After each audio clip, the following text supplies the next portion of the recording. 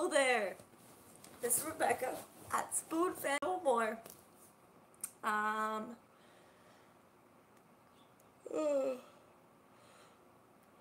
slept in today. I woke up, and typically I wake up a few times throughout the morning and I check the time and then I go back to sleep. But today, I woke up for the first time at 7:50, which is very, very, very late for me. Especially because George likes to eat his breakfast at 6 a.m. And here he comes. Hey, George. So I slept in a little bit. It was lovely. I made a video yesterday that was actually like 75% uploaded. Then I was leaving my apartment, and so I would have to finish uploading it. So there's like a half hour left of uploading maybe.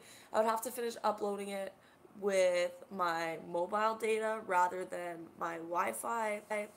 So I canceled the upload, and then the longer I waited, the less comfortable I felt uploading it, because I'm kind of a little, so it stresses me out doing these live videos. It really stresses me out because I never know what's going to come out of my mouth.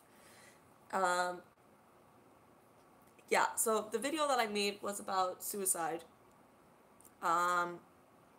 Not suicide itself, but the subject, the theme of suicide within the context of Jehovah's Witnesses and ex-Jehovah's Witnesses has really been on my mind the past few days. Mostly because I've been thinking back to when I was, okay, so this time, 4 years ago, I was in a psych ward. It's a really, morning, Liam Smith. It's really like emotional time of year for me because I was in the psych ward after a pretty severe suicide attempt. And then after I got out, I had one appointment with my psychiatrist, and then it was then that I told my mother that I didn't want to be a Jehovah's Witness anymore. So I have this anniversary of being in a psych ward that goes hand in hand with this anniversary of my freedom of leaving the Jehovah's Witnesses. So it really goes hand in hand.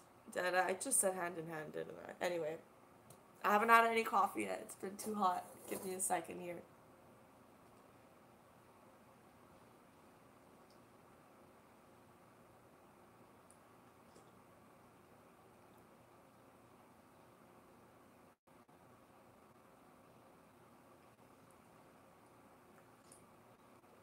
Morning.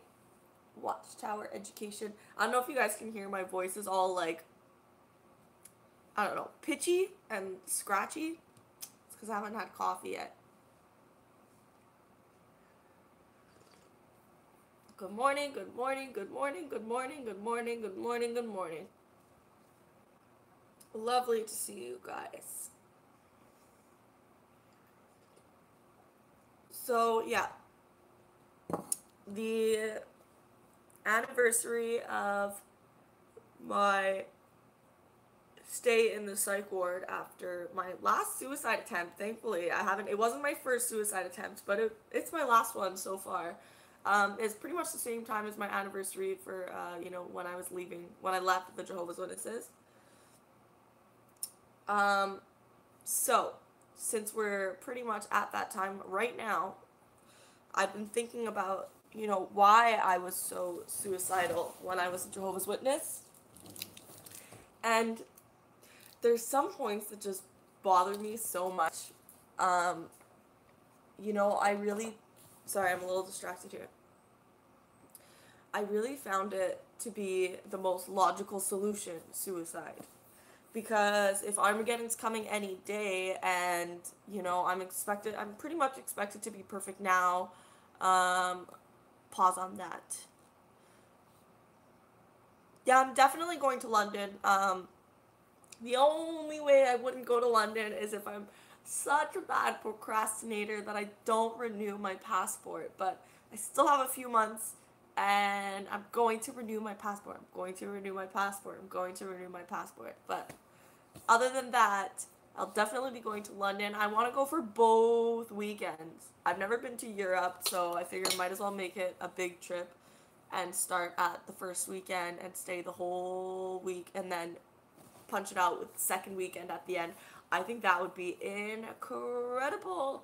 Get to do all kinds of fun stuff.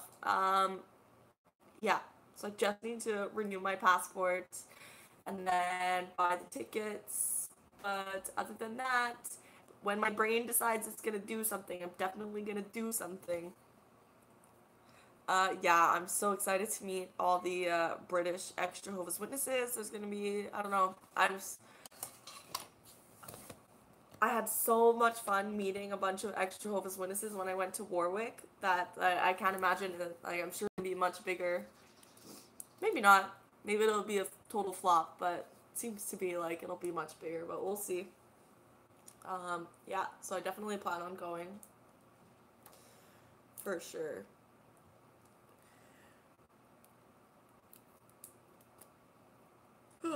Yeah. Okay, so back on the topic of suicide. Um, yeah, it seemed like the most logical option for me. I don't know about you guys. Um, like, how many of you guys know of someone, in your congregation or just someone that you know who was a Jehovah's Witness or ex-Jehovah's Witness who either attempted or actually successfully committed suicide? I'd be curious. Because for me, I just have one family friend who committed suicide, but in the ex-Jehovah's Witness community, it seems like, pardon me, it seems like a lot of people know of a lot of people who, attempt suicide or commit suicide. And how come all your comments are not on my topic? I love answering your comments. Then it's like, I'm deep into this idea here, and then if I jump out of it to answer what you're saying to me, then I'm just going to be lost. No? Good morning, Marvin.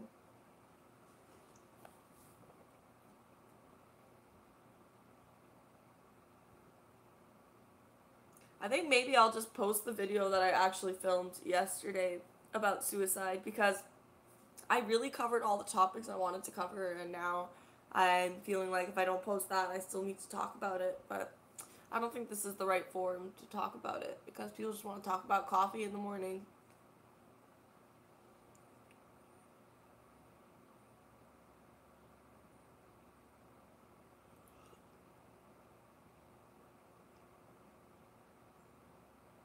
I'm considering taking you guys for a walk because it's super overcast outside. Like really gloomy. I don't know why that makes me want to take a walk, but yeah. 18, sorry, the comment disappeared here.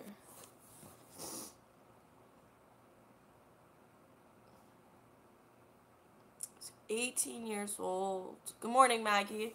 I'm reading this comment here about an 18-year-old baptized nephew who hanged himself. His fiance dumped him, and brother caught him with pot.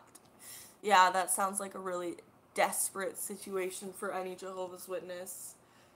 I know for me as a Jehovah's Witness child, I was so hung up on that wedding, on finding a man and getting married and being the wife and being the mom, and that seemed like my out for me. It's like, if I just got married, then everything would be okay, and so there's a lot of, especially with the no sex before marriage, a lot of Jehovah's Witnesses get married so young, so young. It makes me a little nauseated now to think about it, frankly. Yeah. And, yeah, so I don't know.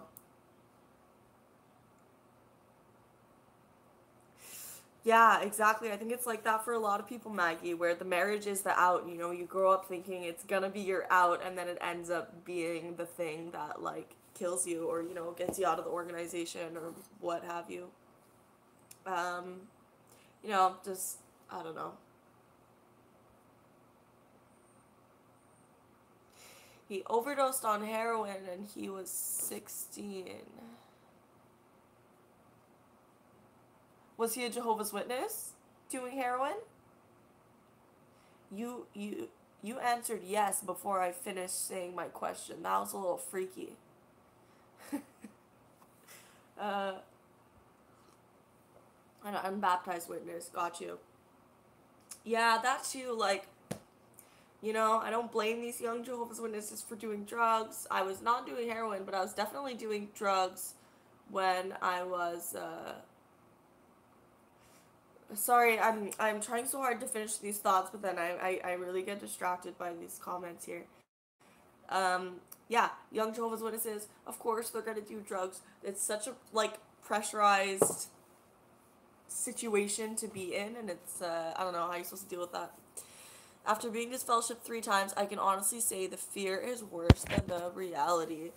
Yeah, being disfellowshipped sucks. It was horrifying to me. Going back is a doodle I found, as no one hassles you. I didn't find it that way. One of the most traumatizing things in my life was the night of my reinstatement. Oh, I'm about to get a panic attack just thinking about it. Actually, my eyes are even watering. It's supposed to be a good day, too. The night of my reinstatement, or the day, it must have been night.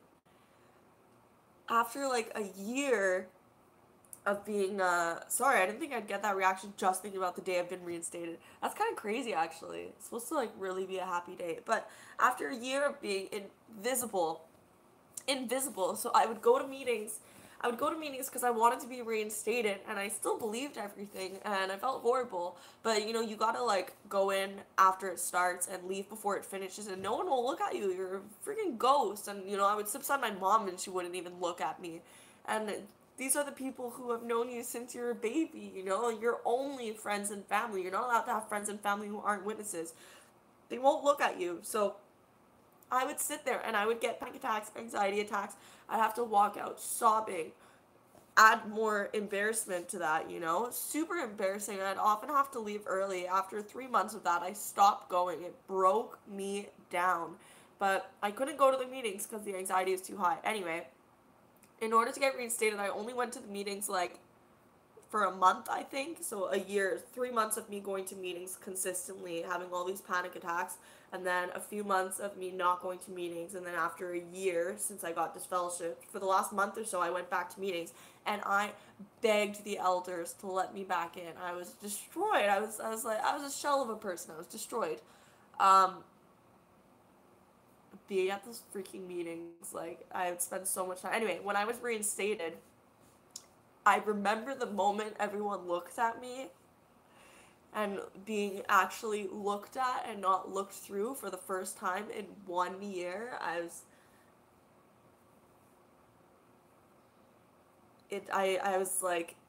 terrified, actually. I just wanted everyone to get the fuck away from me, pretty much. It was terrifying. Even now, I don't tolerate people looking at me very well. I just want to be invisible, seen but not heard. I'm pretty quiet socially. I mean, I'll chime in every once in a while, but for the most part, I'm pretty quiet. Ask me any personal questions, I might freak out. I don't know. Being disfellowshipped really messed with me. Who said they were disfellowshipped 4 times? I mean, yes, I had fun when I was disfellowshipped. I got to do some worldly things, but it was extremely traumatizing. I can't imagine being disfellowshipped 4 times and still going back. I don't get it. So much it messes with your head too. You're doing things that you want to do. You want to do them. That's why you're doing them, and then you get in trouble for them.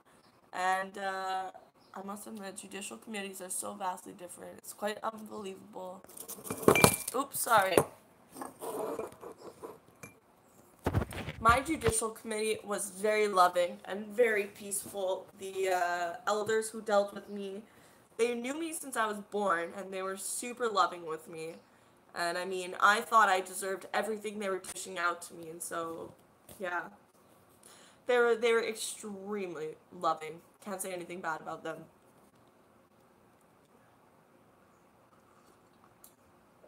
And I'm shocked they let me get reinstated after only being back at meetings for a few weeks. I don't even think it was a full month. They were really compassionate. They even read a verse that said that, sometime, what was it? It was, The first was something about how, like, sometimes Jehovah will show mercy and will cut the punishment short, because he feels that you've paid the price. They basically read that to me. They could tell that I was so devastated and destroyed that I'd paid my price. From France. Hey, everybody. Ooh, a bunch of people just joined. Um, yeah, they felt that I, like, paid my price and they let me get reinstated, and then a year after that, I walked away. I was not raised in JW. I just walked away with no family lost circumstances. You were not raised as a Jehovah's Witness. How old were you when you became one? I have to blow my nose because when I talked about the day I got reinstated, it made my eyes tear up, and when my eyes tear up, it's like automatic boogers.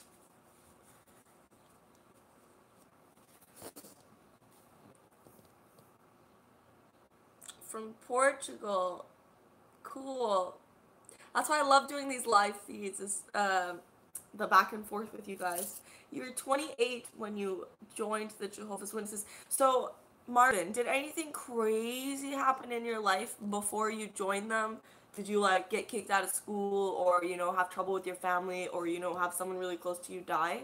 Was there any, like, big catalyst that made you more vulnerable, you think? You left because you didn't give shit enough to get indoctrinated. Okay, Ben, do you have any siblings? And did they get properly indoctrinated? That's what I'm curious about. I have 3 sisters. And, for me, from the time I was born, I was, like, fully indoctrinated. Whereas I have one sister who never for a minute believed any of it. And I don't get how that happens. We're the same brainwashing, the same techniques. They all left? That's amazing. That's my dream come true. I have 2 sisters that are still in, and then one sister who, never believed any of it. I don't get that, how, like, the same indoctrination can work on some brains and not on others. Your girlfriend broke up with you, and that was your being vulnerable enough to become a Jehovah's Witness. Interesting. Very interesting. This is fun, like, interviewing you guys. I like it.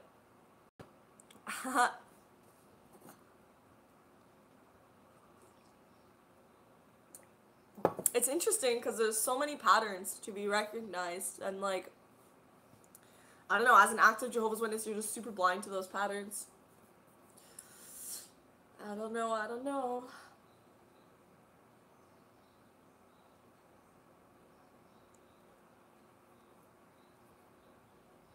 They left before you, Ben, so you were the last one to walk out?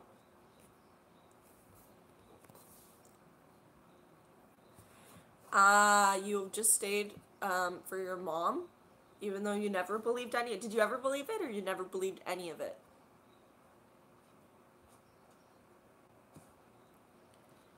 Your mom doesn't mind, you still live with her. Huh, that's kind of crazy. My mom kicked me out when I told her. She didn't kick me out right away, frankly. No, I think she still had hope that I would go back to meetings. But after, like, a month or two, it was getting a little stressful. Her kicking me out was because not because, but the trigger to it was I got home from school or from wherever I was. I think I was at school. I don't remember. No, I wasn't in school at the time. I got home from work or wherever I was. She was getting ready for the meeting. It was meeting night. And I went, "Hi, Mom." And then I went into my room. And she barged in and went, "Hi, Mom. Hi, Mom. I'm ready for the meeting, and you're not coming, and you say, 'Hi, Mom,' and you need to leave." And I walked out of the house to my closest dépanneur, saw an ad for an apartment, called, saw it the next day, signed a lease the day after, and was out 2 weeks later. All that because I said, "Hi, Mom," on a meeting night. But that had been, like, that was tension building up and building up and building up over weeks, because my mom was so understanding. When I told her I didn't want to be a witness anymore, she's like, "I had a feeling this was coming. Take a break from meetings as much as you want. I support you. Whatever you want. Take your time." But I think her thinking was always that I would come back eventually, take a break and then come back. But then when I didn't come back, the tension just built, and I think she knew I was smoking too. She found, like, the plastic, like the cellophane wrapper of a pack of cigarettes jammed in my fan somehow. So, sorry, I'm missing out on these comments here. I was raised to JW. Surprisingly, I stopped believing in the Bible first, though the Borg was honest. got kicked out of home at 18, was given 2 weeks by my elder dad. So you still believed in Jehovah's Witnesses, but you didn't believe in the Bible? Can you explain that a bit more? I can't imagine doing that to my girls. Yeah, Maggie, I don't know. I don't know. Even then, like, yeah. I don't know. Yeah. Okay. You guys are giving me great comments. I'm trying to read them all here. I had a childhood friend who witnessed to me since elementary school, a long time. I actually started to listen to him when my girlfriend and I broke up. Wow, Marvin, that actually bothers me a lot because I was a huge preacher at school when I was little, and I always felt like my mom would say too, you know, like, maybe you planted a seed. Maybe you planted a seed and Jehovah will make it grow later. Now thinking like, no, I hope I didn't plant any seeds, and if I did, I hope they're rotten seeds. You know, the idea that me preaching to like an 8-year-old forever ago. Sorry, I'm having trouble here. I'm trying to read all these comments. Okay. That's been my beef with the board for years, Bex. I like they call me Bex. As simply having a non-witness girlfriend and then being DS'd for having a full relationship. By full relationship, you mean premarital sex, right? Then once back in, they hound you for this, sending disgusting letters to the new congregation you moved to, so you can never move on. Okay, but you know you're not allowed to have a worldly girlfriend. That shouldn't surprise you. I mean, not to say that what you were doing was wrong. I just mean, in the Jehovah's Witness world, it shouldn't have surprised you that you got in trouble for having a worldly girlfriend and had a, like, full relationship with her. I had relationships with worldly guys, and I would keep them hidden, you know, like, live a double life. There's no way I would, if I was open about it, I wouldn't be shocked about getting in trouble, you know? Yo, Ben Davidson, you're asking if I'm still religious. I'm not religious. I'm like nature spiritual, you know, energy and all that voodoo shit, but I don't believe in like an actual God or anything like that. But granted, I'm so well aware that I can't trust anything I believe because I couldn't trust anything I believed for the first 20 years of my life. So I don't have a strong opinion, which I guess would put me at agnostic. I'm more like, you know, be the best person I can and just hope that it pleases whatever's out there.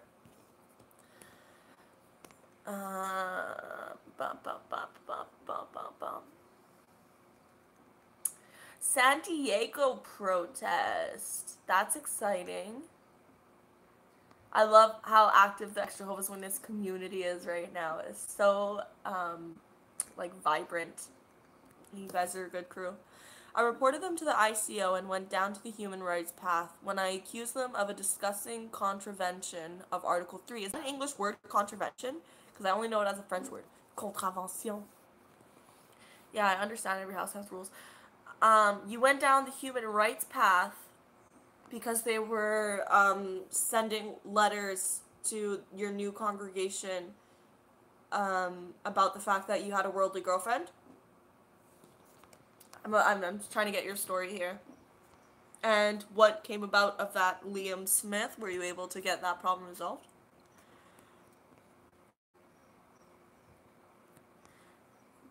Unreluctant. Hey.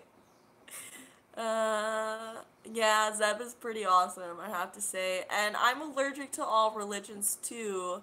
Bad association. All religions are just, I don't know, every time I think of religion, I think of the verse that, you know, it does not belong to man to direct his own step. You know, Jehovah's Witnesses know that verse so well. It does not belong to man to direct his own step, or maybe I'm getting a word wrong or whatever. But it's such a man-made religion. I don't know. Even then, I don't believe in the Bible, so I don't know why I'm using verses to bring up that point, but the Bible didn't make sense, but I thought the organization was following the Bible the right way. I know it sounds weird, but started questioning the Bible first. That doesn't sound weird. Jehovah's Witnesses are really pushy with the idea that, you know, all religion is so false beyond being false. It's evil and demonic, and, pardon me, and they are, you know, the one true religion. They follow the Bible closest, you know, they are doing it all properly, and they really get that idea glued into your brain. Yeah, I get that. The Bible itself is a little I think sitting at the back is punishment enough. I don't understand why there should be any punishment. What human can punish you for who you choose to date. What human can punish you for who you choose to date? It makes no sense that some grown man is gonna come and be like, you're dating this young lady? Why no, son, you need to be dating one of our young ladies over here. Like, it's so archaic. It's still ongoing. Well, Liam, are you... Oh, it has resulted in me being shunned totally in the town I live in when the local elders found out. Do you live in a town that's really heavily saturated with Jehovah's Witnesses?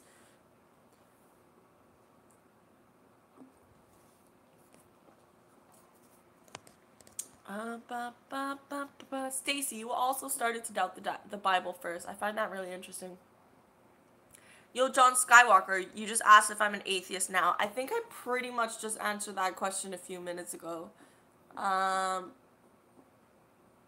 like 99.9999999% sure there's no actual sentient being out there controlling things like a godlike being. I don't think so. I just think there's like a perfect balance to everything and we can't screw with it. And if you like go in line with that balance, good things happen to you. I don't know, that's how it works for me. I don't know. There's no way for me to even like there's no way for any human to answer that question, like what you believe in terms of religion. You know what? You know what really got my brain going when I was in college. I was in college maybe a month, but I read a short story. It's called Hermit and Six Toes. Have any of you read that story, Hermit and Six Toes? I'll give you a minute to answer before I tell you about the story, because that story really helped wake me up too. Exactly, Toni Morris's total fear that, you know, let us go to college and we're gonna start to think for ourselves and leave. I'm not even disfellowshipped or disassociated, but as I stood up for myself, they didn't like that. So they know you have a worldly girlfriend. You still didn't specify whether you're having premarital sex or not, but I'm not an elder. You don't have to tell me. They know about that, and you're not disfellowshipped or disassociated, but you're being shunned. So you're kind of in like the faded zone. That must suck. Alright, Marvin here. I led a double life the whole time I was in for like 5 years. I did really evil things like attend car and motorcycle shows with my worldly friends. That's evil. I also listened to satanic music like Rush. Oh, Marvin, how are you not in a like satanic cult by now? That's horrible. You went to motorcycle shows? Oh no. Jehovah's Witnesses can go to motorcycle shows in Canada, or maybe not motorcycle, but car shows for sure. My sisters used to go to car shows, I think. I don't remember, but I remember people going to car shows. I don't think that's so bad.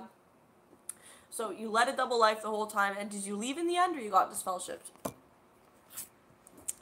Alright, I'm not sure how to pronounce this, but in French it would be Chokta, so I'm going to say Chokta says, I went to knock on my daughter's door for the first time after 1 year without knowing anything from her. I was not allowed to come in the house, and she was cold as ice. I had the same experience, but knocking on my mother's door maybe about a year after leaving, maybe a bit more. And beyond being cold as ice, she yelled at me and called me selfish and manipulative, turned to my dad and said, good luck, you're stuck with her. Yeah, I kind of went a little crazy too and screamed. Yeah, that was horrible. I can't imagine too, it's like, I don't know, it's your child and you birth. That's what I said to her too. I was screaming, I was like, the fuck is wrong with you? I came out of your vagina! Like, ah! I was just standing in her doorway screaming at her at that point. She's just really mean to me. That's the last time we spoke face to face. So what do you think happens when we die? So Notorious John Skywalker, 1, why do you care about my opinion of what happens when we die? Because regardless of my opinion of what happens when we die, whatever happens is going to happen. It's my opinion, won't change it. And 2, what makes you think any human has a valid opinion on that question, on what happens when we die? There's no single human on this planet who can give you an actual credible answer to that question. And so for these 2 reasons, I will not answer that question. What I think happens to us when we die is that we rot and our bodies turn into dirt, and that's that. And oh, maybe something else happens, but I'll only know when I get there, so why worry about it now? That is what they become after they are indoctrinated.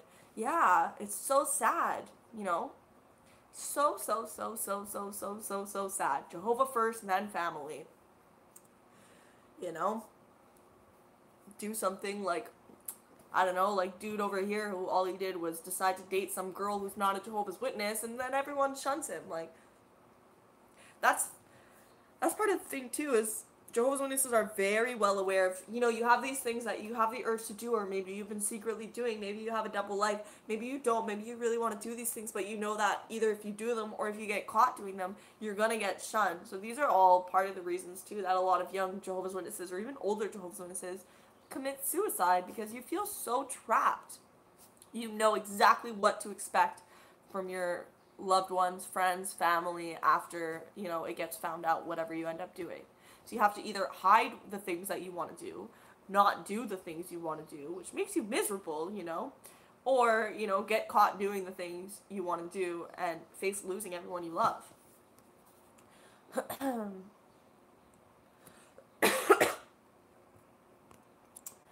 If there's any ex-Jehovah's Witnesses in the Hertford, how do you pronounce that? Hertfordshire area, Liam Smith would like your support. I actually left because this is Ben Davison. I actually left because I wanted to get drunk without being a hypocrite, like 99% of the young JWs.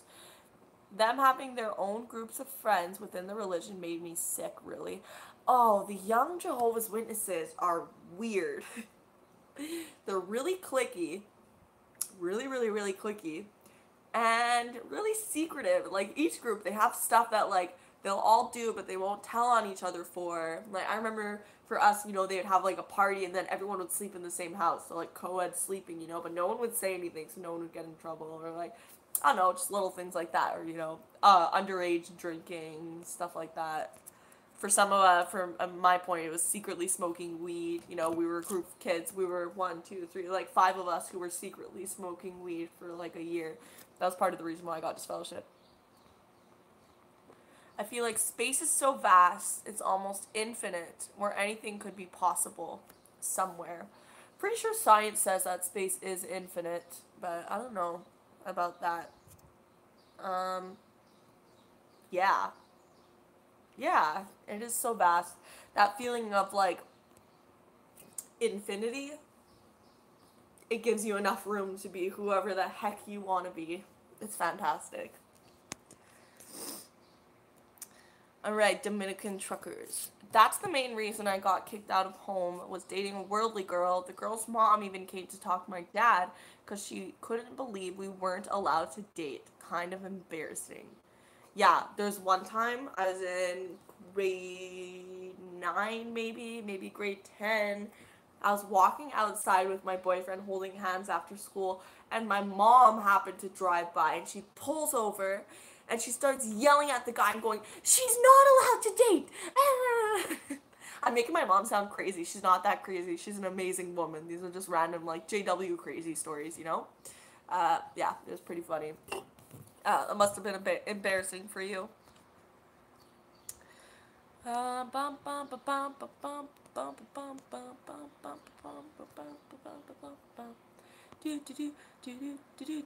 there, King of Faders.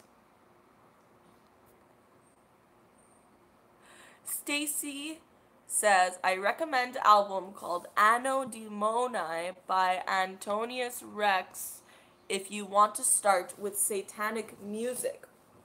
I'm curious, Stacy, as, I've never really listened to satanic music that I know of, and I grew up thinking that, anything satanic is horribly evil. Right now, I don't believe that there's an actual physical Satan. I'm wondering, do you believe that there's an actual physical Satan?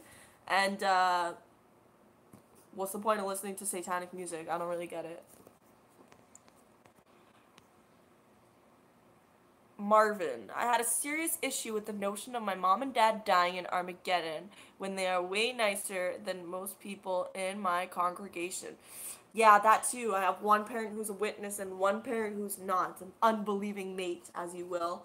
And that traumatized me when I was a kid. Thinking about my dad dying in Armageddon. Yeah, Every time there was, we would sing a song in the, in the book, in the meeting there. Uh, what the heck are those songs called? Kingdom Melodies? Every time we'd sing a Kingdom Melody, I love that I have moments like that where I forget the JW jargon. It's great. It's like I'm a normal human being for a split second. Whenever we'd sing Kingdom Melodies about paradise and resurrection and seeing your loved ones, I would cry, and it wasn't because I was thinking of loved ones. It was because I'd think of my dad not being there. It was terrible. Are there any Brits on here? Liam Smith would like to know. Yeah, I think so. A couple of people said they were in the UK. Pretty sure. Your parents are no longer your parents once you decide to take off the invisible leash, says Bad Association. I don't know. My parents will always be my parents. No matter what they do, I absolutely love them. They're both like really, really, really, really, really, really, really, really, really, really, really, really, really, really, really good-hearted people. So no matter what they say or do, they've got amazing hearts. My parents are my parents. Mind Musings says near-death experiences are interesting. Do you mean the phenomenon of near-death experiences, or are you saying that because you've experienced some? There you go. Ben Davison's a Brit. So's Mind Musings. Yeah, I knew we had some Brits. Hey there, Amber. Good morning from Mississippi.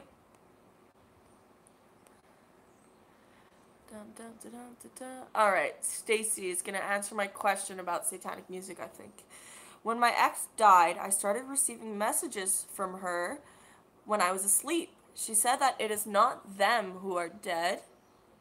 We are dead, and the people we think are dead are actually alive. That's an interesting theory, Stacy. Actually, that must have messed with your head so much. That's a real mindfuck. Yeah, I don't know. Sometimes it feels like a weird dream that we're living in. I don't know. That's why I don't like to actually have theories about any of it, because how are we supposed to know? But, Stacey, that doesn't answer my question about the satanic music. What does satanic music have to do with that dream? Or maybe not dream, sorry, that communication. Oh,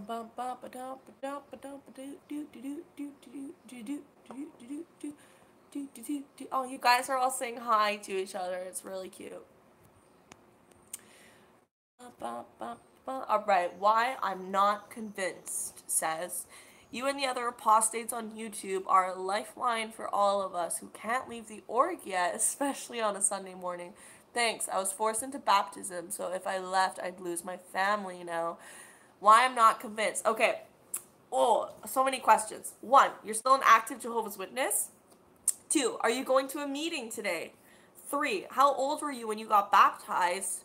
And 4, if you don't mind answering, how old are you now? And thanks for joining. I find that crazy there's active witnesses watching my channel. Did I imitate John Cedars on the hello there? Yes! I did. I've been doing that since my very first video, because the only reason I started making videos and the only reason I woke up is because of John Cedars videos. So I do hello there so that everyone knows that, Spoonfed No More was born from, pretty much from John Cedars, I'm a very, logical and fact-based thinker, and so his videos were exactly what I needed to, snap out of the fog. I'm an ex-SDA, and I love your channel, says Kirkland Meadows. SDA. What does that stand for? Super Ding Dong Arena. No, probably not. Thanks, Kirkland Meadows, but I want to know what ex-SDA means.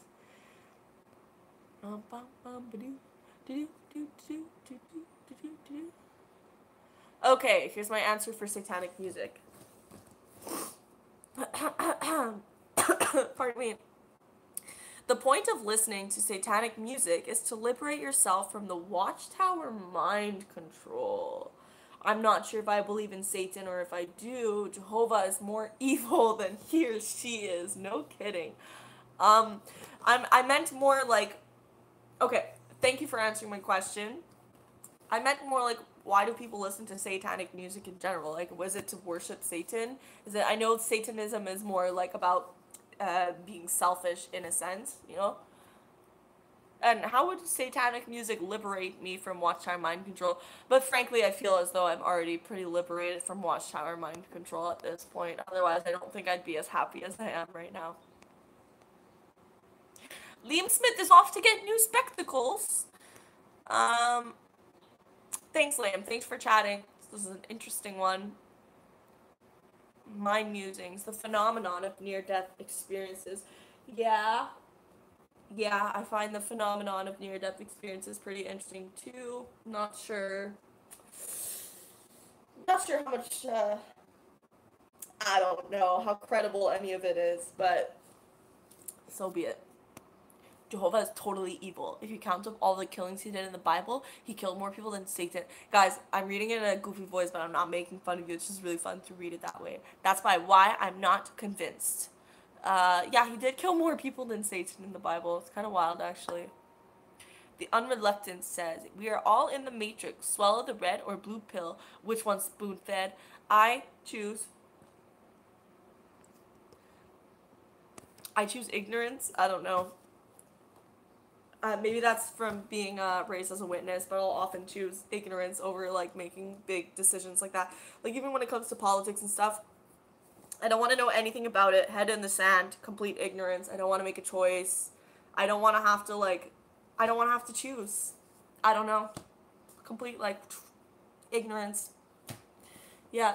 Same thing with, like, religious beliefs and stuff like that. No, I'd rather just have my head in the sand and be ignorant and live my life the best way I can and not have to, because what if I make these big decisions and I'm wrong again? I can't handle that thought. Nope. I was so gung-ho about all Jehovah's Witness teachings, and I believe them so thoroughly, and it was devastating to find out that I was wrong. I cannot bring myself to make decisions about, like, you know, personal opinions and big choices on things, like, things that matter, you know. I can't do it, because if I'm wrong again, it's going to devastate me again. I won't do it. Head in the sand, ignorance, always, yeah. Any of you guys experience that too? Like, even someone will try to explain to me what the different political parties are and what it means, and I'm like, no, please stop. Like, it stresses me out. I don't want to know. Because if I know, then I have to form an opinion. And if I form an opinion, there's a chance of it being wrong, and I don't want that to happen. I always thought I'd be dead by 30, and I turn 30 next month, and it's actually stressing me out, says Sober Today. Yeah, I feel you on that. I definitely thought I would be dead before now as well. I was also convinced that I would end up killing myself at some point, whereas now I can't even tolerate the idea of suicide. Yeah. I don't know, man. Congrats on making it to 30, though, and, you know, your name is Sober Today. Must be, an extra battle for you. Never another meeting. Yeah, I feel that. Seventh-day Adventists. Gotcha. So aren't Jehovah's Witnesses a branch off of Seventh-day Adventists? Or is it, what are Jehovah's Witnesses a branch off of? Seventh-day Adventists? Charles Chase Russell went to a Seventh-day Adventist meeting and then formed his own crew with the Bible students. Is that how it went? So the Unreluctant. I don't know anything about Seventh-day Adventists. Is it culty like Jehovah's Witnesses?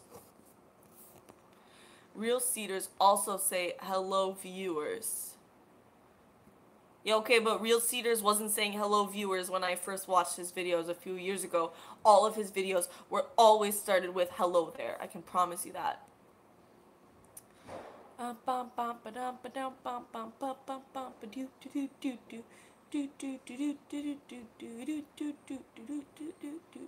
The SDA and the JWs have a lot in common, same origins, and a lot of the same teachings. Yeah, that's what I'm curious about.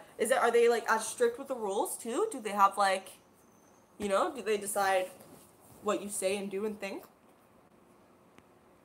Okay, why I'm not convinced. Let's answer my questions. Fascinating. 15. When baptized? I'm inactive, but I still have to attend meetings. And yes, there's a meeting today. I'm between 35 and 45. I like how you weren't specific with that. Interesting. So you were forced into baptism at age 15. So you were a minor. At what point did you stop believing or feel as though you needed to leave, but you couldn't because you'd already been baptized? Right now, it's about 20 to 30 years later from the time you were baptized. So I'm wondering, how long have you been playing the role of, the good JW when you didn't actually believe it? Or are you faded right now? You're saying you're inactive, so are you being shunned by your family? If you're inactive and you're already being shunned by your family, you might as well just walk away. I don't know. I don't know how it works at that point.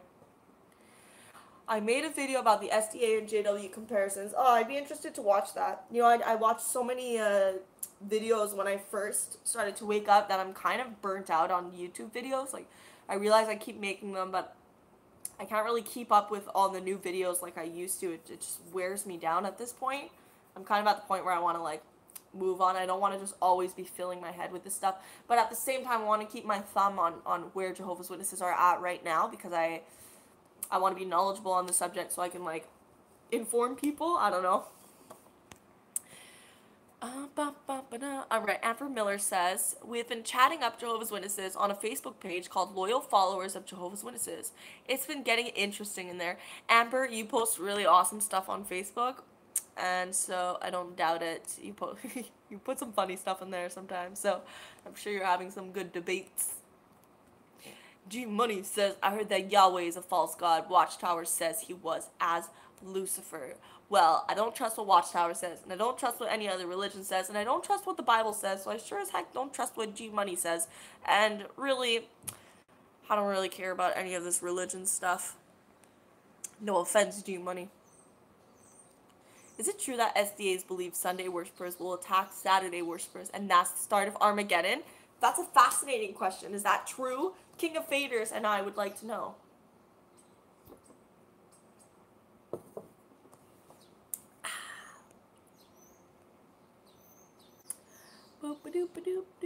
Oh man, I'm trying to catch up on these comments here, but wow, you guys left a lot of comments. So glad you're not dead. Thanks. I'm glad I'm not dead too. Once the prospect of resurrection into a paradise earth disappears, it's a little scarier to commit suicide, not knowing that you're going to actually have another life after this one. You kind of start to second guess it and think maybe I shouldn't die. Okay, the Unreluctant. It's true that they view the Sabbath as being held on Saturday, and those that hold it on Sunday are damned to eternal destruction. Like, God is like, you got my sacred day wrong! How dare you! You're doing everything I said for you to do, but you're doing it on the wrong day! You're gonna be damned eternally! That just makes no sense to me. They were a branch of the Millerites. I find it interesting how all of these little culty sects are all interrelated and connected. It's interesting.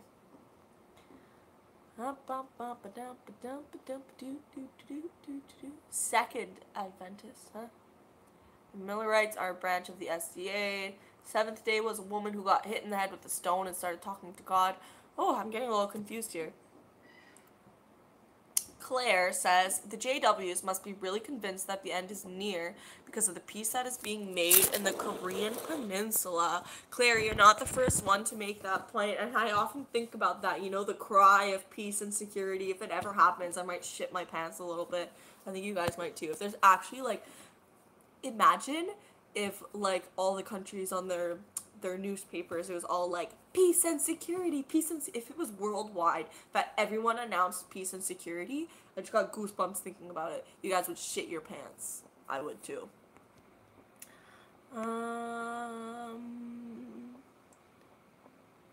In the Kingdom Proclaimers book, they talk about JWs and SDA. Yeah, that's it. I feel like I've seen the Seventh Day Adventists mentioned in one of the JW books. Good morning, David Pearson. Alright, Sober Today says, my mother killed herself, and her mother killed herself, and I feel like I have to. It's the only thing I will ever have control over. Huh. There's a lot of things you have control over. I know what you mean. It's so... my mom used to always say about suicide, it's a permanent solution to a temporary problem. I don't know, man. It's hard for me to, talk you out of that because I used to feel the same way, that suicide was my only option and it was the only thing I had control over, but I don't know, this YouTube channel, that's me taking some of my power, some of my control, Even though it's gonna get backlash from I'm even more of an apostate. It doesn't matter. I have control over this. I have control over my voice. I have control over the kindness that I pay to other people. It makes it worth living. You know, my life is worthwhile if I can bring happiness into other people's lives. You know, make the world a little bit brighter. Even when I feel like I can't, I don't know. There's so much that you have control over. You just have to give yourself enough time to get there. You know, my psychiatrist said to me, there's always a light at the end of the tunnel, and my sister said it's a long tunnel though, but I think I've hit the light now, and like, I don't know, I'm glad that I was patient with myself, and I'm glad that I toughed through the suffering for as long as I did, because the light at the end of the tunnel is awfully, awfully bright and warm. So yeah. Stacy says, not taking sides in politics is also a political choice. You cannot opt out making errors. I've screwed up so many times in my life, I've lost my count, but at least I have tried. Yeah, but when it comes to politics, I was raised to think that it's bad to think about politics, and so the thought-stopping mechanisms in place when it comes to politics are still there, and frankly, I don't care enough about politics to be like, in on it. It might change at some point, but right here, right now, I don't care about politics, and I can't rewire that part of my brain right now. I don't care enough about politics in order to rewire that part of my brain. Maybe one day I will. Dun, dun, dun, dun. Yahweh was Jehovah's sober older brother. Yeah, okay.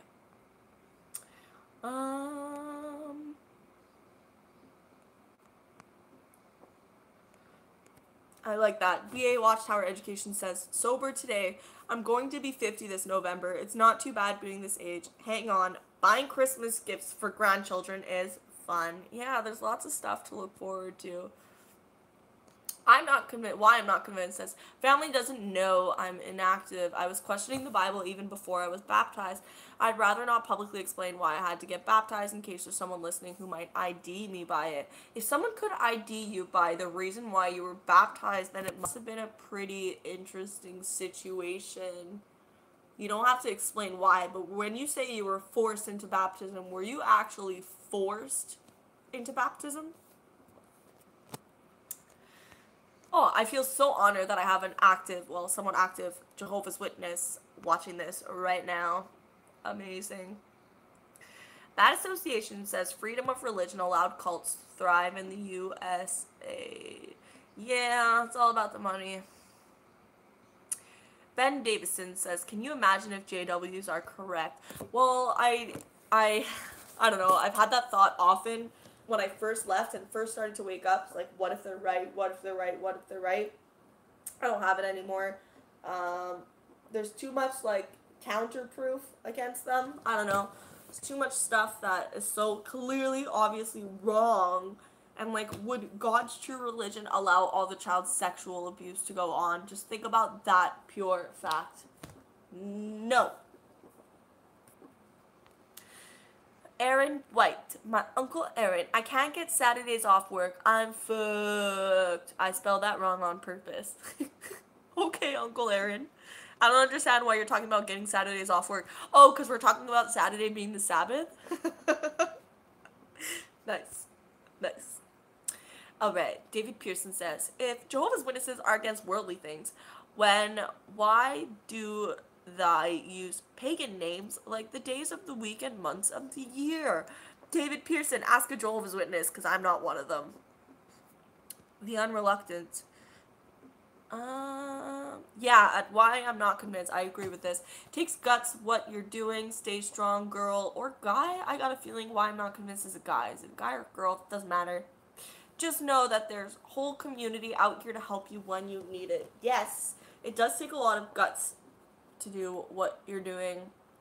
It's scary thinking about losing everyone.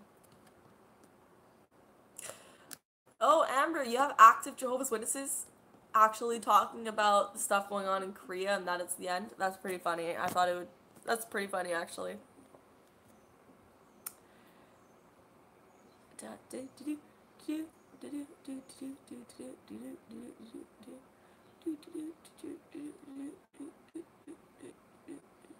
Why I'm not convinced says, lol, if JWs are correct, then the last thing I'll say is, Jehovah, why didn't you really want us to know this?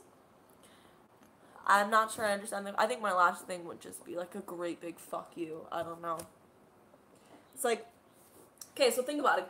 We're made in God's image. So all the love and kindness and compassion and empathy and all that we have in our hearts, God has it so much bigger than us. It's like he took a tiny piece of all his love and empathy and kindness and all that and put it into our tiny little hearts, and we feel it so big, and he must feel it so much bigger. Why? Like, in your tiny little human brains, does it make sense for any of you to make it so difficult for someone to attain life and to attain your what's the word, approval? Like, to make people suffer incredibly in order to attain life, that doesn't fit with my tiny little heart here. So I don't understand how it would fit with God's giant heart if God did exist in the way the Bible explains. You know what I mean? Doesn't make sense. Yeah, Uncle Aaron, I don't want a job piling bodies up after Armageddon either. It's okay, my mom is gonna burn yours and I's bodies. That was a little horrible, but...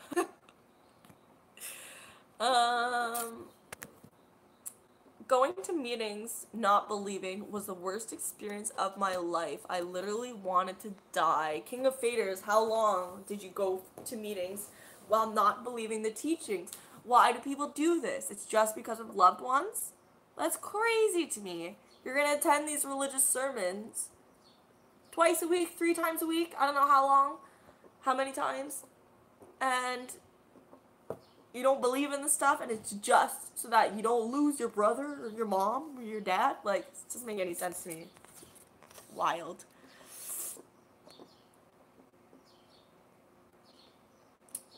I was also suicidal while in the truth. Blah, I hate that word. Yeah, I hate it too. Amber, do you feel like you were, like, continuously suicidal? Or did you, like, have suicidal thoughts sometimes? Or were you walking around, like, all day, every day, thinking about being dead?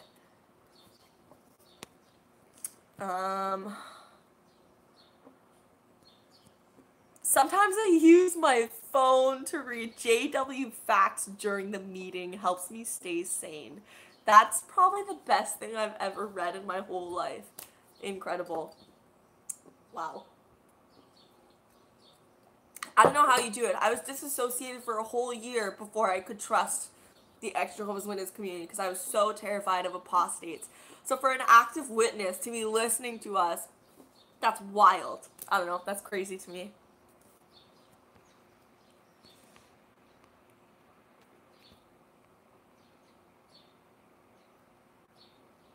Good morning, Jennifer Phillips. Hello there. Why?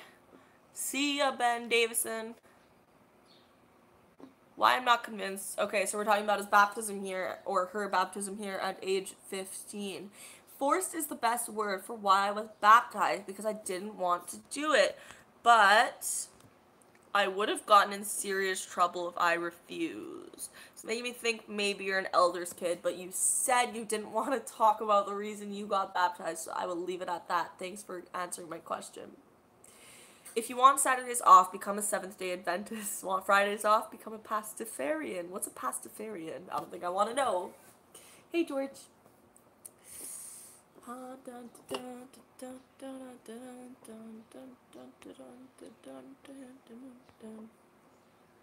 I could only do it 4 months, says King of Faders, talking about going to meetings while not believing it. I don't blame you. That must have been horrible.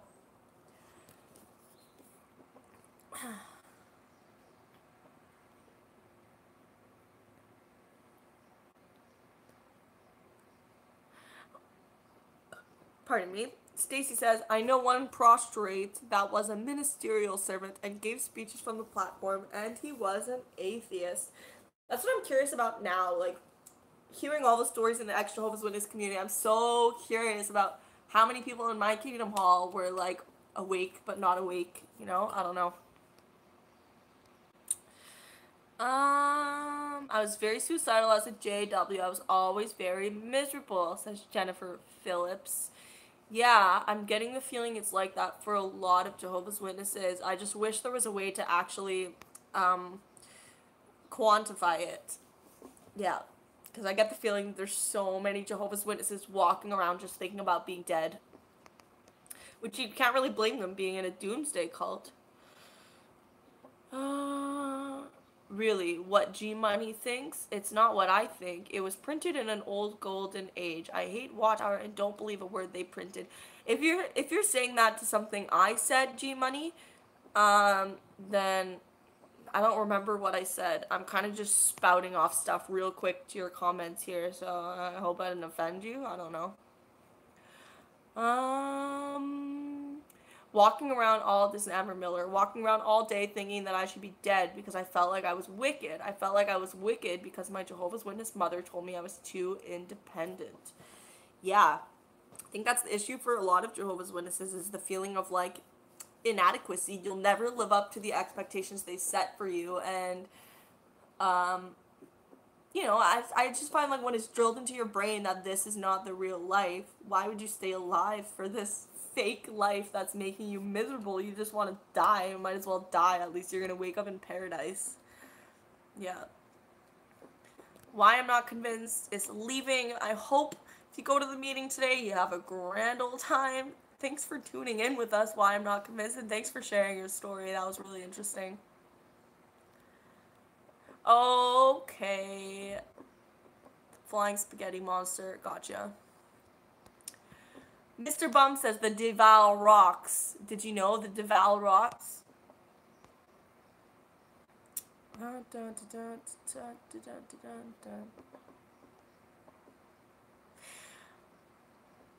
Mr. Paulo says, fortunately for me, going back to the world wasn't that much traumatizing. Family and friends were out and no one in the congregation cared about me.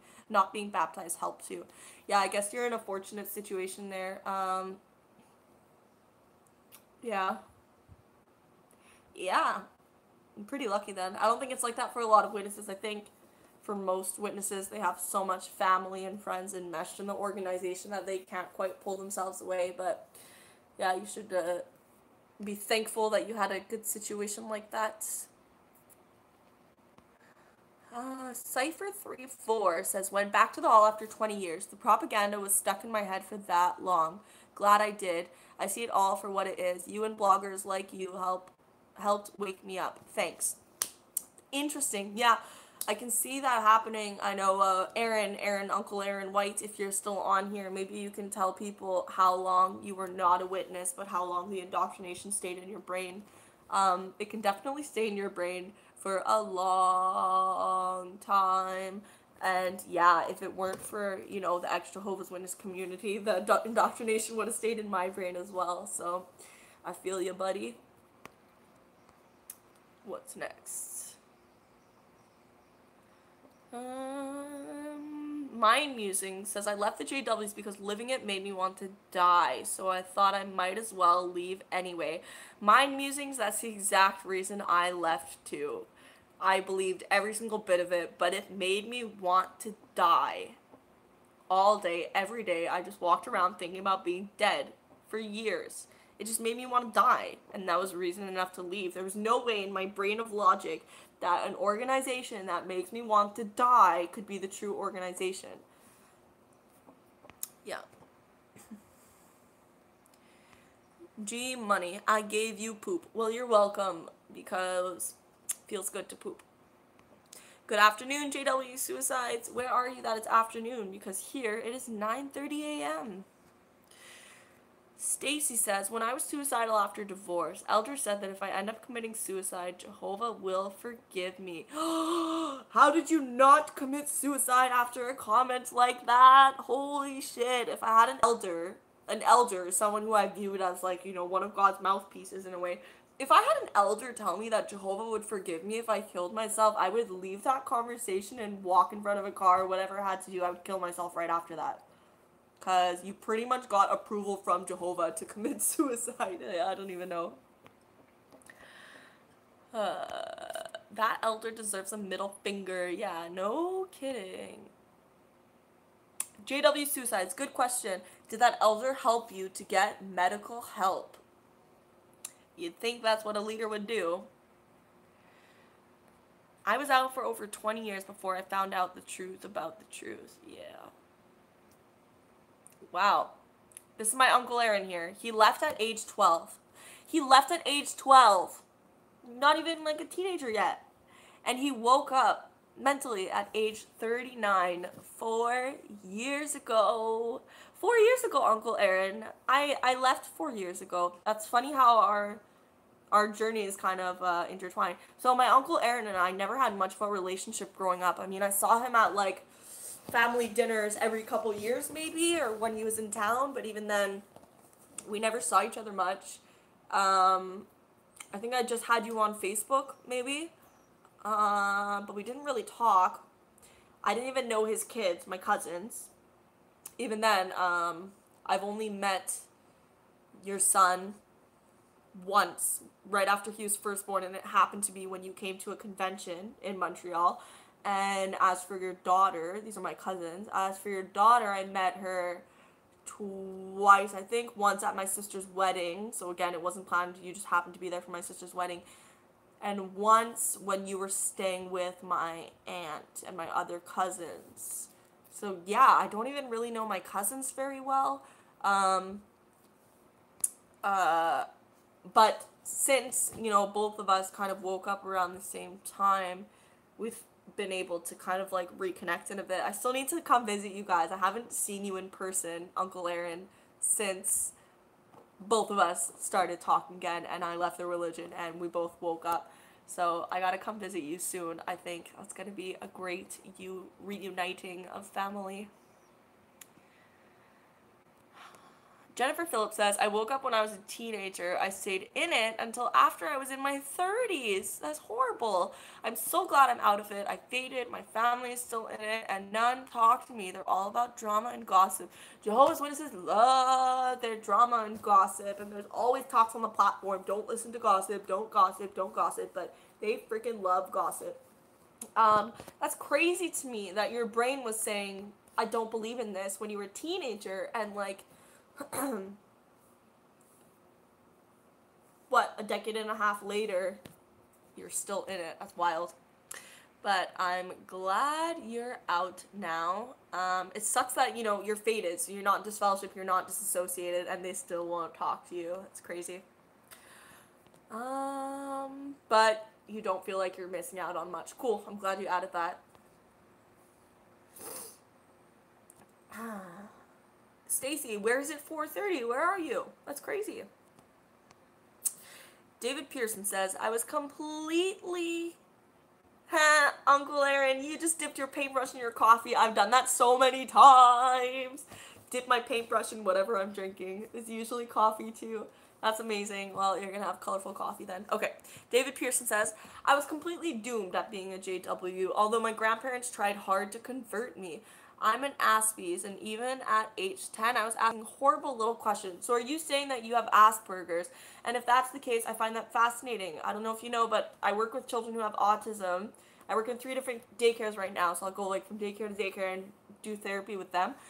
And I'm so curious about autism in the world of Jehovah's Witnesses because, one, I'm wondering how many children on the spectrum are not getting diagnosed because the parents are just not seeing the signs and maybe don't trust doctors.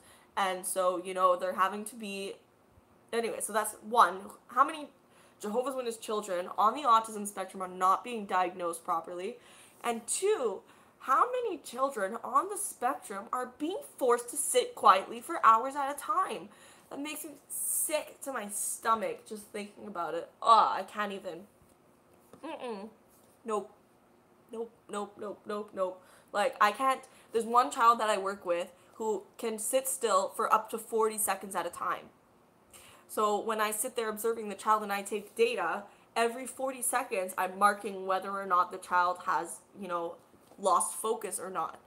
40 seconds. And it used to be less than 40 seconds. Like, I don't know. So if you're on the autism spectrum, what was it like for you being a child and going to meetings? I really, really, really want to know.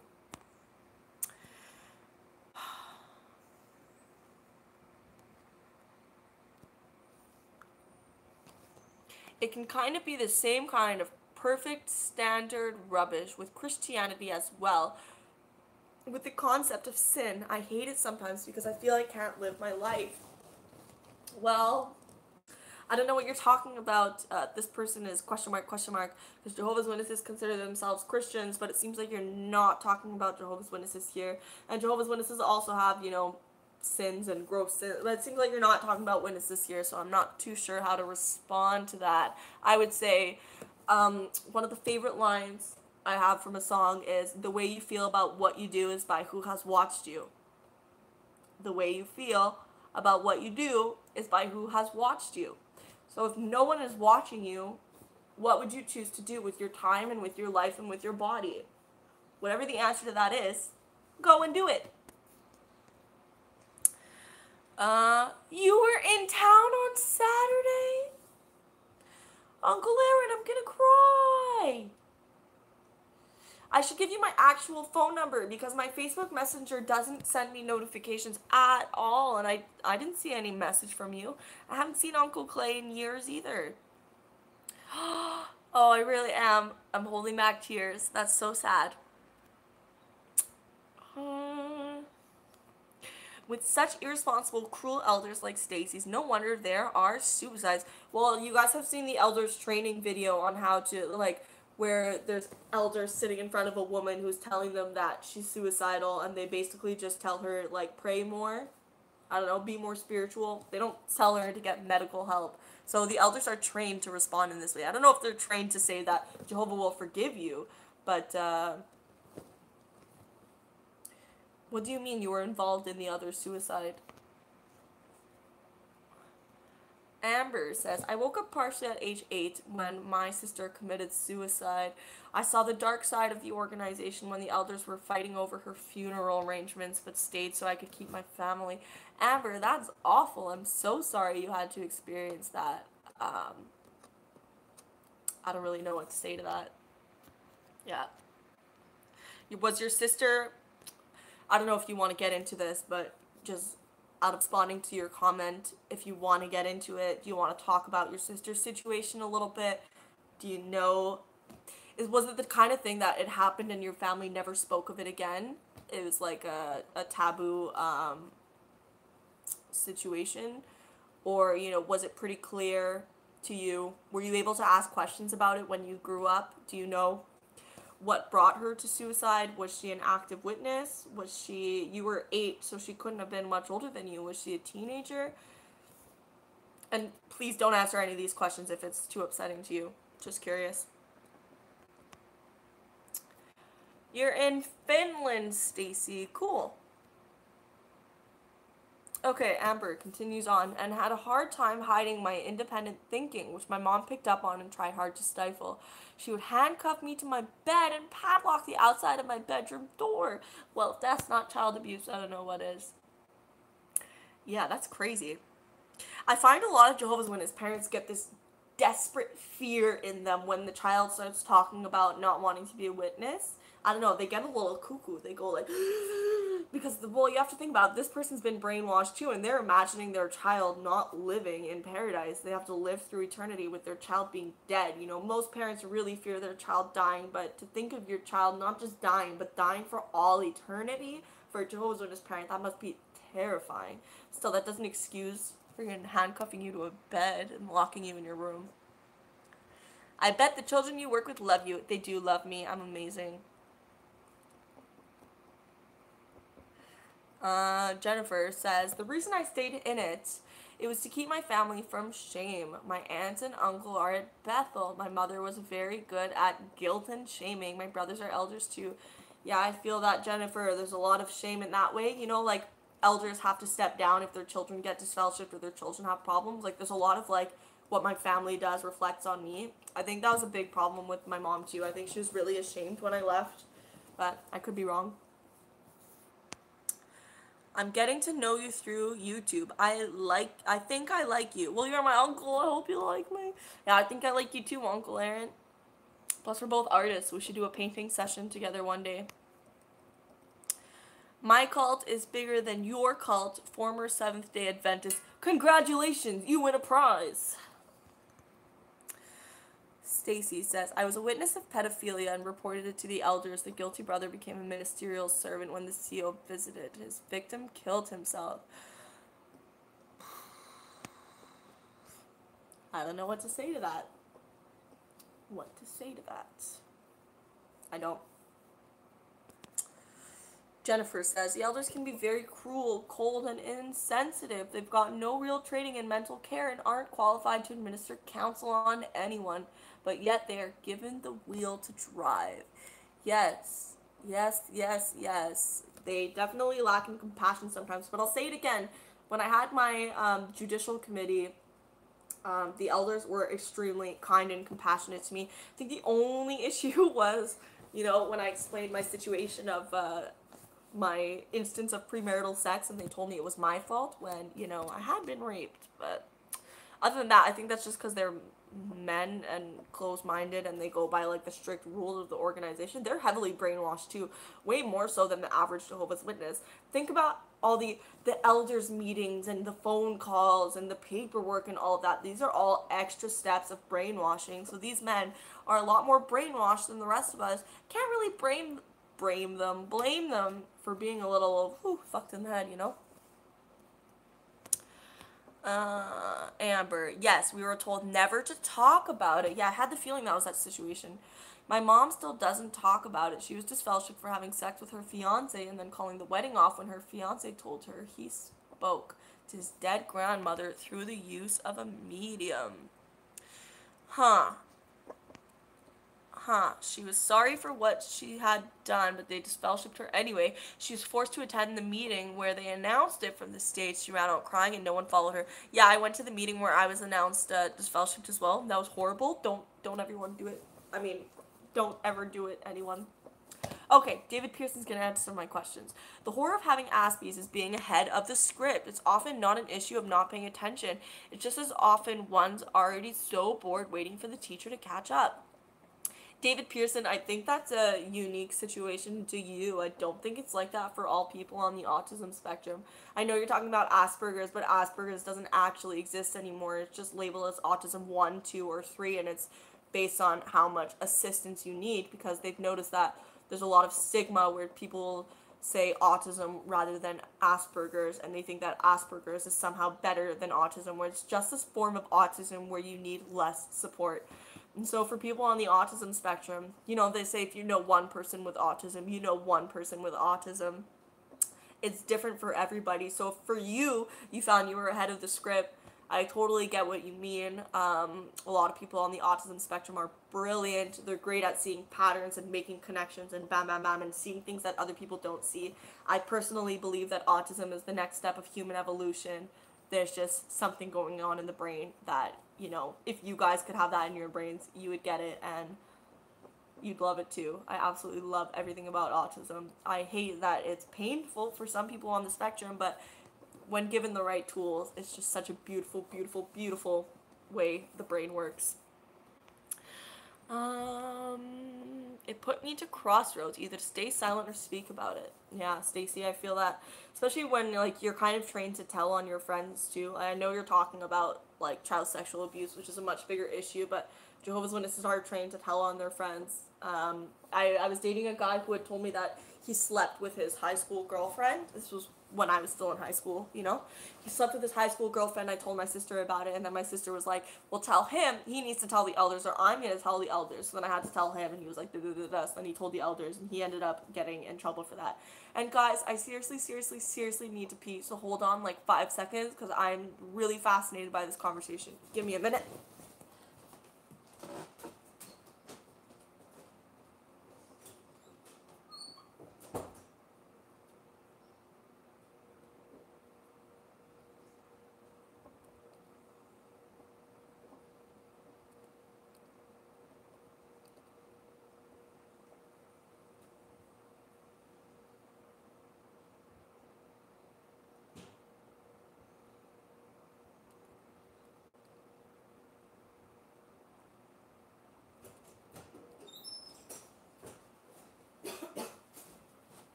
There, I didn't flush the toilet or wash my hands so that I could be here quicker. You guys should thank me. Okay, Amber Miller says, oh, I already read that one. Okay, Mr. Paulo says, I don't know if you talked about it earlier during the stream, but how are your kart crashing adventures going? So I've never actually planned to crash karts. I live in a big city, Montreal, but I live in a small part of it, like suburbia area. I don't live in downtown Montreal. When I do venture to downtown Montreal, I almost always see a cart, and when I do, I approach them. My method is usually to be quiet or, just answer whatever questions they have and take as much literature as I possibly can before they ask me to leave. So I'll be like, can I take one of each? And they'll be like, yes. And so I'll take one of each, and then I'll be like, yeah, and take it in French too, and I'll take it in every language, take as many as possible, and then just go rip them and throw them in the garbage. But I don't know if you're referencing my live stream where I made a sign. That one's going to stay in my backpack because, pardon me, this summer I'm definitely going to be going downtown a lot. Downtown Montreal is so festive in the summer, so that sign is keep in my backpack, and whenever I'm downtown and happen to see a cart, I'm just going to post up in front of it with the sign, and yeah, so my adventures are kind of stagnant right now, but summer hasn't really begun yet, so we'll see. Okay. David Pearson. When I attended meetings as a child, I'd often read through the article being discussed 7 or 8 times during the meeting. Damn, that mess was slow. Yeah, I hear that, David. Yeah, the meetings were a little tough for me in that way, too. Yeah.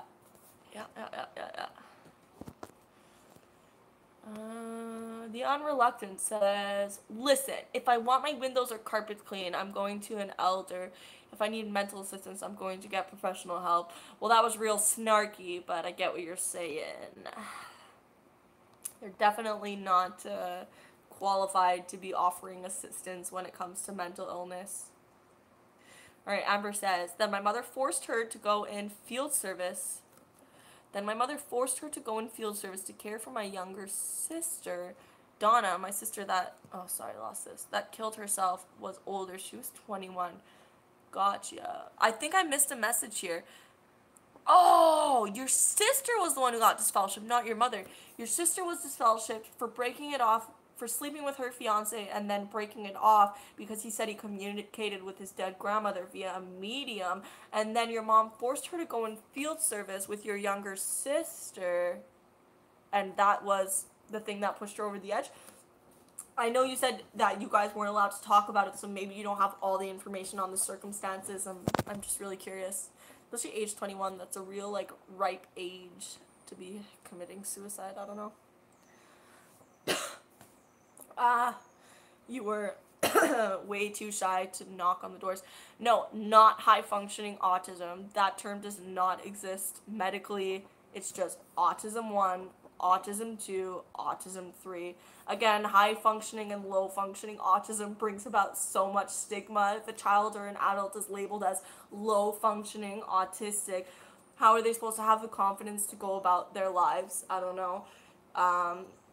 Yeah, there's no more high-functioning, low-functioning, Asperger's, all of this business. It's autism 1, autism 2, autism 3. I can't remember the order it goes in. I think it's needs very little support, needs moderate support, needs a lot of support, or the other way around. That's it. That's all. Autism is autism. One umbrella. You need support, you don't need support. That's fine. And what they've noticed about autism is that it's super fluid. So you can be diagnosed autism 1 and end up autism 3. You know what I mean? Once you have the tools, you have the tools. So once you eventually need less and less and less support. That's why they changed it. To take away the stigma and to, propel the idea that it's fluid and there's room to grow and improve and become more independent as a person on the autism spectrum and not need as much support. Amber says, the whole car group pretended she wasn't there and her fiance was spotted 2 weeks after the wedding was called off with his new girlfriend. Classy. So she shot herself in the heart while she was at home with me. Oh. Were you there when it happened? Oh, that's awful, Amber. I mean, I have 3 sisters, so I can't even imagine that. Yeah. These personal stories are heartbreaking. There's so many in the org. I know, and that's why I wanted to talk about it, because like the situation with Amber's family, you know, I just had a gut feeling that that was the situation. It happened. Her sister committed suicide. Now we don't talk about it. You shut up about it. And there's so much of that going on with Jehovah's Witnesses, and it's not just about suicide. Things happen, and you shut up about it. You don't talk about it. You don't mention it. You pretend like nothing happens. We had a boy in my Kingdom Hall who, his mother and father were both in the same congregation. His father wouldn't look at him or talk to him because his wife at the time, they're separated. The father's wife didn't want anything to do with the son because it made her think of the affair he had in order to have the child. So you're sitting in the same Kingdom Hall as your biological father. Everyone in the hall knows it's your biological father, but he won't look at you or talk to you. And when you put your hand up, they call out your mom's last name. But when he puts his hand up, they call out his last name. But guess what? On your birth certificate, you have his last name. And it was just a really fucked up situation. There'd be people pulled aside and hush, hush, hush, because it's a service arrangement. And, oh, we have to be careful because he's in the service arrangement and so is he, and we have to make sure they don't get paired together. Everyone knew this was going on and no one said anything. This child is sitting there being ignored by his own father and no one's saying anything. There's just so much this hush, hush, hush, hush, hush. You shut up about it. You keep it quiet. And so, you know, it takes people to talk about it. That's the video I made yesterday that I never ended up posting about suicide. I had a thought, if we could get one person from every congregation to be a whistleblower, you know, to tell us all the dirt, all the gossip that everyone knows but no one talks about, I think we probably shit our pants. There's just so much going on in each hall. I don't know. It's heartbreaking. That's a first on YouTube, a pee break. I doubt it's the first. There's a lot of content on YouTube, but I really, really, really had to pee. You know how the coffee goes. Amber says, my mom was in field service at the time and I was alone with her for hours before anyone came to help. Amber, don't do this to me. Oh. Have you gone to therapy for this, Amber? Have you, like, talked to a professional about this? Because that must have been traumatizing. Like, I can't imagine you must have those images stuck in your head. Yeah. Thanks for sharing your story, Amber. That must be really tough. First pee break off camera, ha ha ha. I'm absolutely fascinated by autism, and I think autism is the most beautiful thing in the world. An autistic brain is so gorgeous to me. I love it. And I get paid to, like, dig into these brains. I love it. Love it, love it, love it, love it, love it. Speedy, yeah, I'm a speedy quick peer. What can I say? JW Suicide says, and I agree, Amber, you were extremely brave going public with that. I cried reading your story. It would have helped a lot of people. Yeah, I agree. Extremely brave, Amber. G Money says, there were no carts in Amsterdam last week except at the gardens where the tourists are. Damn, I remember seeing another cart too. Well, G Money, you gotta get on that shit. Stacy says, I crashed 2 carts in Helsinki. They do not go downtown Helsinki any longer, seemingly. Perhaps they are scared. Yeah, well, I'm concerned, like, sometimes when people go cart crashing, it can be a little, like, aggressive and scary for the Jehovah's Witnesses. That's why I made a sign. I don't want to bother them. I just want to, like, well, I mean, I do want to bother them. I just want to, like, quietly bother them. But my message is not to the Jehovah's Witnesses. It's to all the people walking by.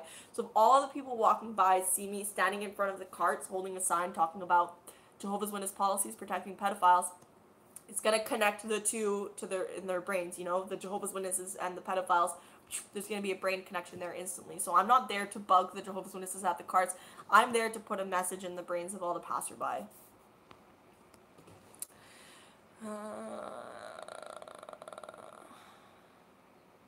Amber says, I'm glad her story's out there. I hope it helps someone to keep from making the same mistake and prevents others from even joining. I hope so too, Amber. I hope so too.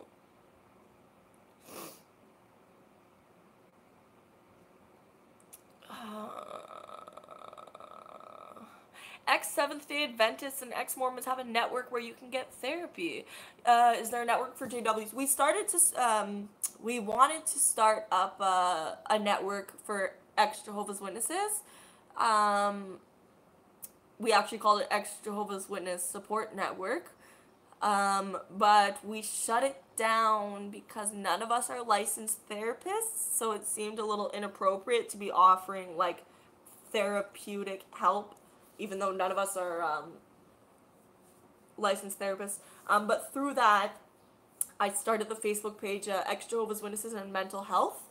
It's not a super active page right now, but I still get requests for people joining every day. So I know there are a lot of people who are having mental health issues who are either active witnesses or ex-witnesses. I kind of want to bump up that page a little bit more, like put some more content into it, but I've just been like doing really, really well lately, so it's tough to post about, you know, my mental health issues when I'm not having many mental health issues right now. Like, since going off my medication, I've been super stable and doing really well and just really happy. But I want to keep talking about the subject because I'm certainly not alone in the boat of mental illness and Jehovah's Witnesses. Nope, nope, nope. What's the story with my tattoo? Depends which one you're talking about. I think you're talking about this one.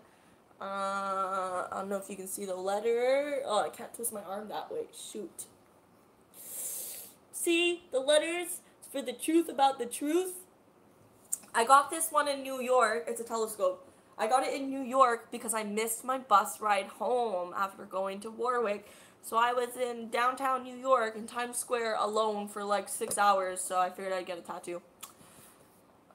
Yeah, so that's the story with that one.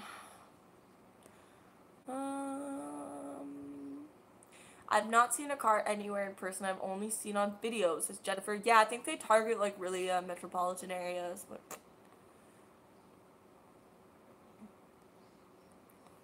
Amber says, oh yes, I didn't get help until I was grown, but I've talked to a few psychiatrists. Well, that's good to hear because what you've been through is extremely traumatizing. Definitely, I think, I mean, I don't know you personally, but I think you'd benefit from talking to a therapist. It seems like you have.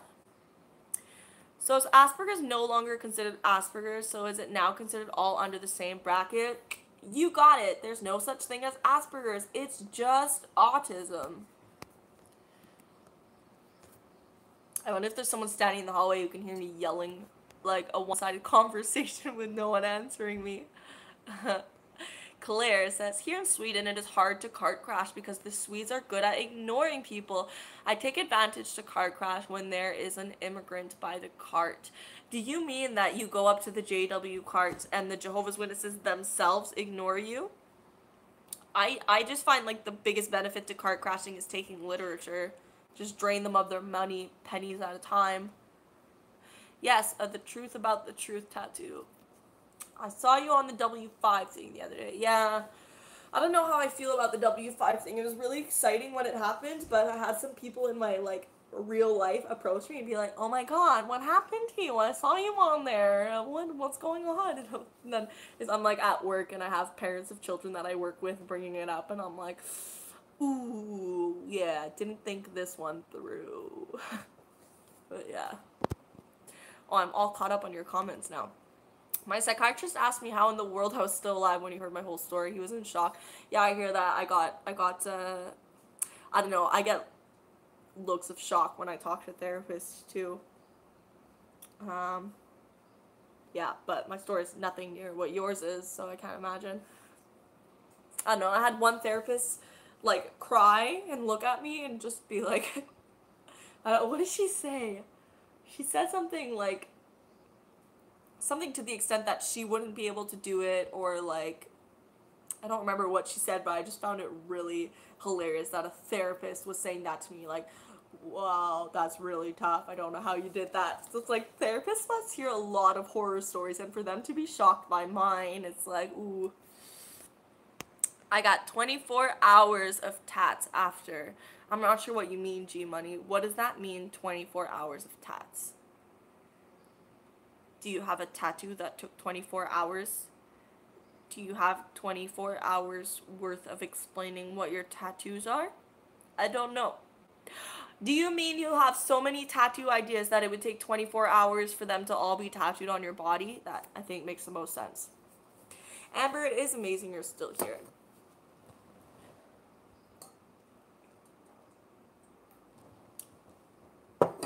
I I've never seen any kind of witnessing cards in Michigan, says Bad Association. Amber, the doctors told me I was stronger than I looked. Yeah.